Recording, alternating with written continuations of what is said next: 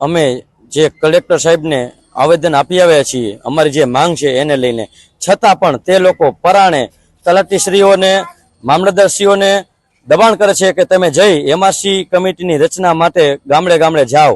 અમે સ્પષ્ટ શબ્દોમાં ના પાડી દીધી છે, કારણ કે અત્યારે ગુજરાત છાવણી જેતપરથી જે સંચાલન થાય તે આખું ગુજરાત કરે છે. માટે અમે સંપૂર્ણપણે બેન આવ્યા હતા જે તલાટી મંત્રીશ્રી, એને ના પાડી દીધી છે કે અમારે આ કમિટીમાં આવવાનું થતું નથી, કારણ કે જે અમારી માંગ છે કાયદા મુજબ જે 1885 નો ટેલિગ્રાફ એક્ટ કલમ 10D મુજબ સંપૂર્ણ નુકસાન જોઈએ છે, એ અમારી માંગ છે. અને અમે આવેદન સ્વરૂપે કલેક્ટરશ્રીને 25 થી 30,000 ભાઈઓ તથા બહેનો ખેડૂત ભાઈઓ લઈને આપી આવીએ છીએ, તો પણ એ લોકો ધ્યાનમાં લેતા નથી. તો અમારી જ્યાં લગી માંગ નહીં સંતોષાય ત્યાં લગી આ છાવણી ચાલુ રહેશે.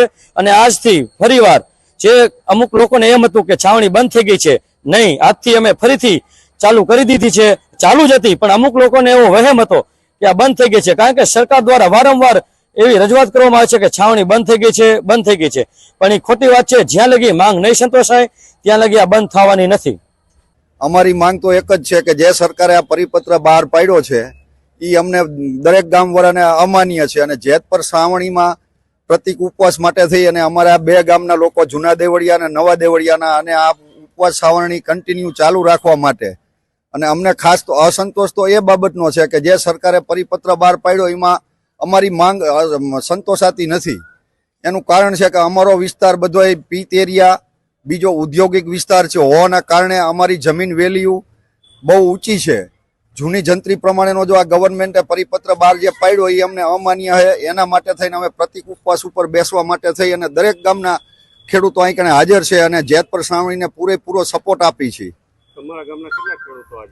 આજે અમારા ગામના 80 થી 90 ખેડૂતો અત્યારે આવ્યા છે અને નવા દેવળિયાના અલગ અને ગોકુળિયા ગામથી પણ ખેડૂતો આવી રહ્યા છે.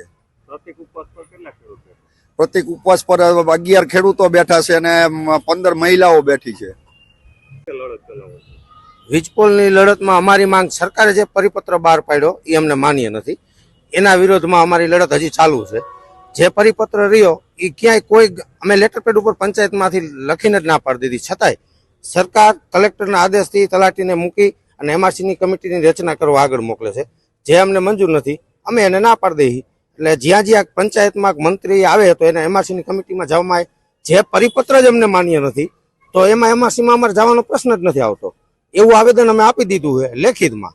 તો પછી એમઆરસીમાં એને બોલાવવાનો મતલબ જ નથી થતો કે જે પરિપત્ર અમને માન્ય ન હોય તો એમઆરસીની કિંમત નક્કી કરવા અમારે જવાનું થતું જ નથી. અહીંયા નવા દેવળિયા પ્રતિક ઉપર બેસવાનું કારણ એ જ છે કે જે સરકારે હમણાં હાલની તારીખમાં જે પરિપત્ર નવો બહાર પાડેલો છે એ ખેડૂતોની માગણીને ક્યાંક ને ક્યાંક અસંતોષ થાય છે. એના લીધે પ્રતિક ઉપવાસ પર આ છાવણી ઉપર બેઠેલા છે. આ 9 થી 6 વાગ્યા સુધી ભાઈઓ 11 ભાઈઓ છે ને 15 બહેનો છે. દેવળિયાથી આવું છું અને આજે અમે આ પરિપત્ર જે સરકારે જે લોલીપોપ આપ્યો છે ને એનો અમે વિરોધ કરીએ છીએ. અને આ લોલીપોપ નાના છોકરાને અપાય. હવે આ ખેડૂત નાનો છોકરો નથી રહ્યું કે આ લોલીપોપ સ્વીકારી લે એમ.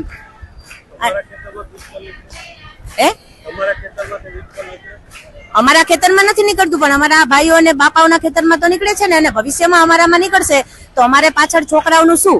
જયારે એક માં જાગે ને, એની માં છે ને એના છોકરાઓનું જો કોઈ એક ભટકુઈ લઈ લે તો એનાથી સહન ન થાય. તો આ સરકાર તો આખો રોટલો લેવા બેઠી છે. તો આ માતાઓ અને બહેનો શું કરશે ને એ તેને ખબર જ નથી હજી.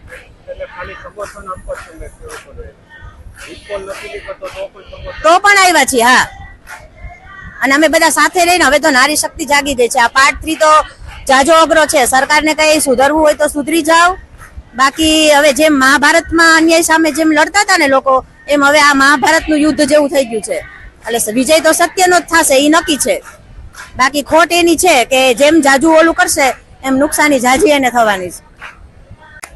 રંજનબેન સનારિયા.